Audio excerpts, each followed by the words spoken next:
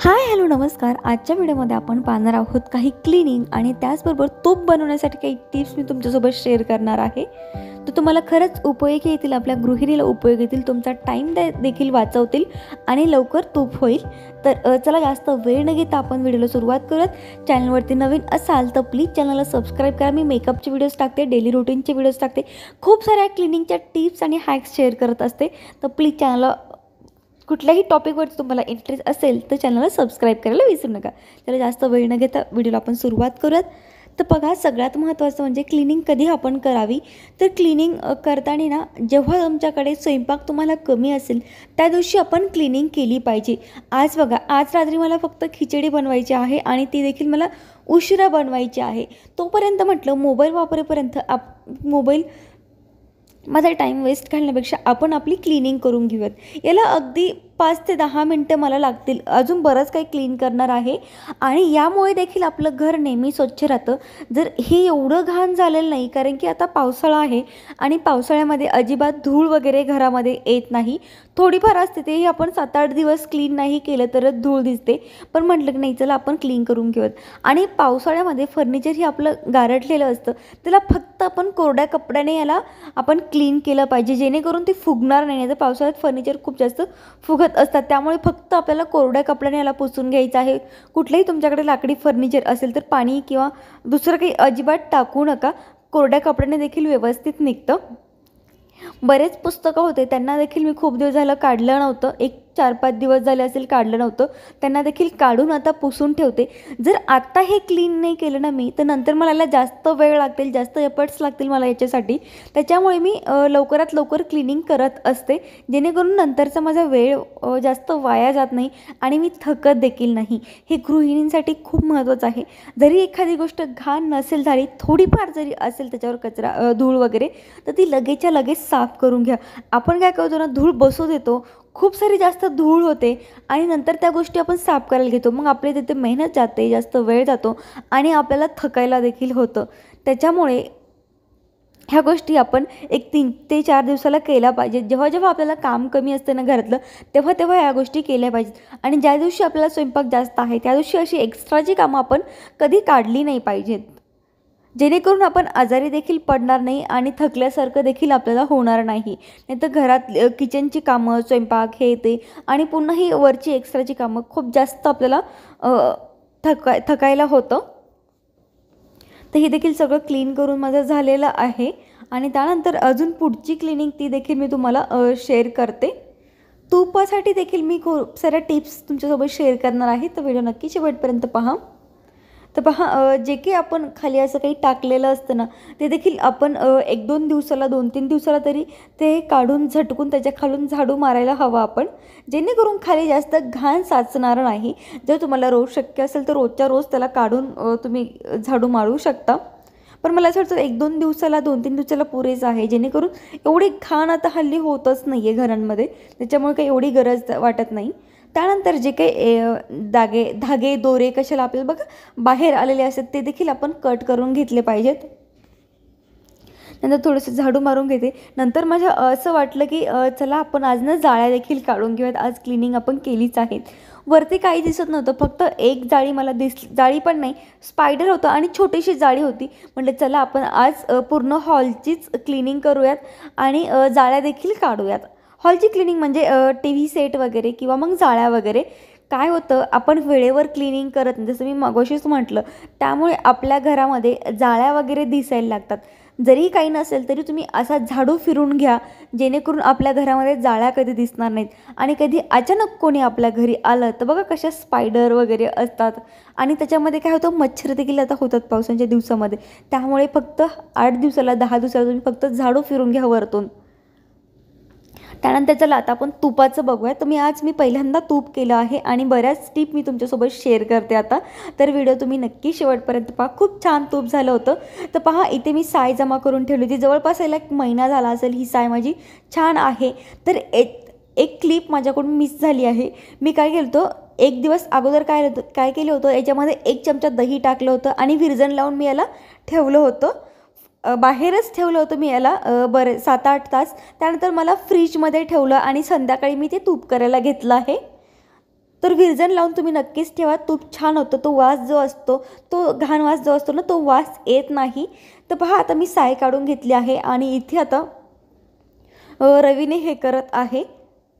असं मी पण असंच यूट्यूबवर बघून शिकले हे तूप करायचं. तर काय झालं ना, मला माहिती नव्हतं. मला वाटलं रवीने लवकर होईल, पण ते काही होतच नव्हतं. तर मी बऱ्याचशा टिप्स तुम्हाला तुमच्यासोबत शेअर करते. नेहमी तुम्हाला जर याच्यामध्ये पाणी ॲड करायचं असेल ना, तुम्ही याच्यामध्ये हे करा, थंड पाणी ॲड करा, जेणेकरून आपली जी मलाई आहे ज्याच्यापासून आपण तूप करणार आहोत ते लवकर वरती येईल आणि आपल्याला जास्त मेहनत लागणार नाही. त्याचबरोबर इथे मी आईस क्यूब देखील टाकत आहे. जेव्हा तुम्हाला तूप करायचं असेल ना, तेव्हा तुम्ही आईस क्यूब नक्कीच फ्रीजमध्ये तयार करा. तर पहा इथे अशा प्रकारे हे असं घट्ट झालेलं आहे आणि याला बऱ्याच वेळ फिटल्यानंतर अक्षरशः माझा हात दुखायला लागला होता. त्यानंतर कुठून त्याच्यामधून आपल्याला मलाई ही निघालेली आहे अशा प्रकारे. तर खूप खूप वेळ मी फेटलं, त्यानंतर अशी मलाई त्याच्यातून निघाली आहे. थोडी थोडी निघाली होती, नंतर मी त्यामध्ये मिक्स केली काढून. बघा मला पहिल्यांदाच माहीत झालं की असं ताक बनतं, एवढ्या मेहनतीनंतर ताक बनतं. तर हे जे उरतं, जर याचा वास नसेल ना, तुम्ही याला ताक म्हणून वापरू शकता आणि जर याला वास असेल तर ते टाकून द्या. किंवा तुमच्या मग झाडाला वगैरे तुम्ही कढीपत्त्याच्या झाडाला तुम्ही हे टाकू शकता, जेणेकरून कढीपत्ता लवकर वाढतो.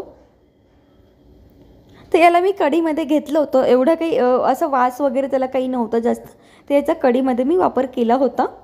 तर पहा अशा प्रकारे लोणीचा गोळा निघतो आणि याच्यापासून तूप तयार होतं. ॲक्च्युली मी पहिल्यांदाच केले म्हणून मला जास्त आनंद होतो आहे.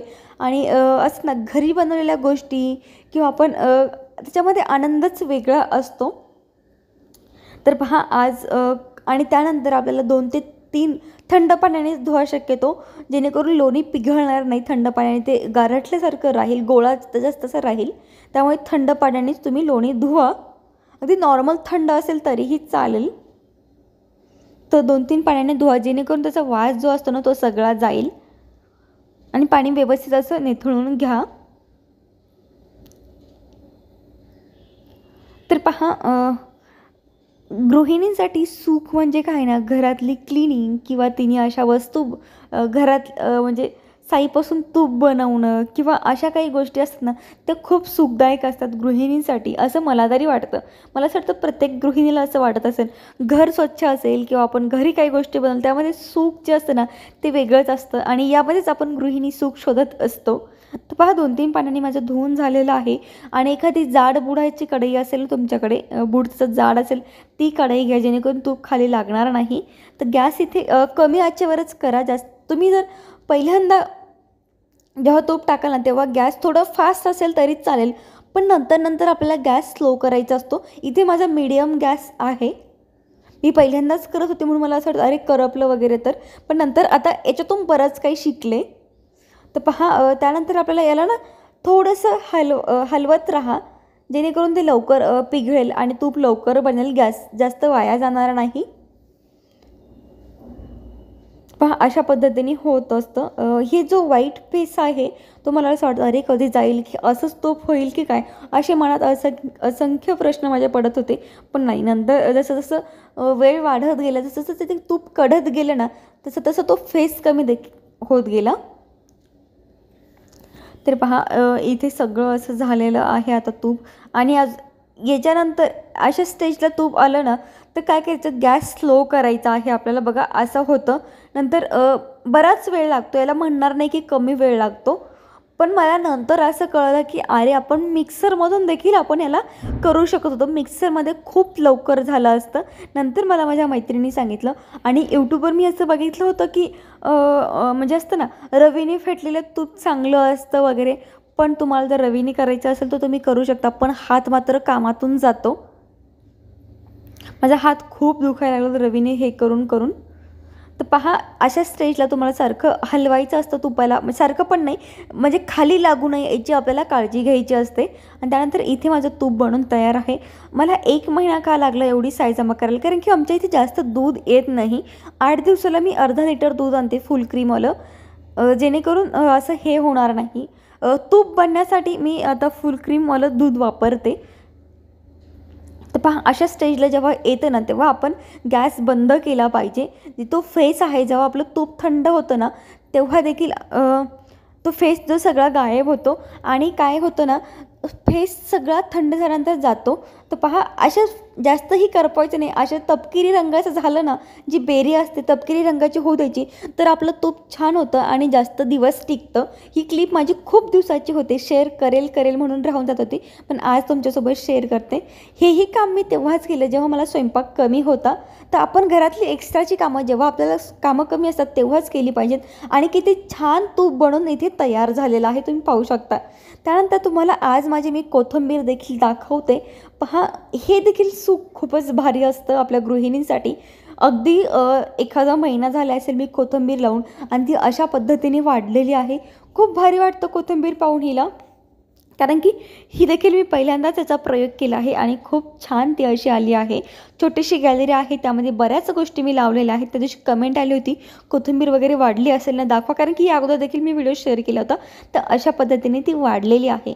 तर मैत्रिणींनो, आजचा व्हिडिओ कसा वाटला मला नक्की कमेंटद्वारे कळवा. व्हिडिओ आवडल्यास प्लीज चॅनल लाईक, शेअर आणि कमेंट. चला पुन्हा एकदा भेटूयात नवीन व्हिडिओसोबत नवीन माहिती.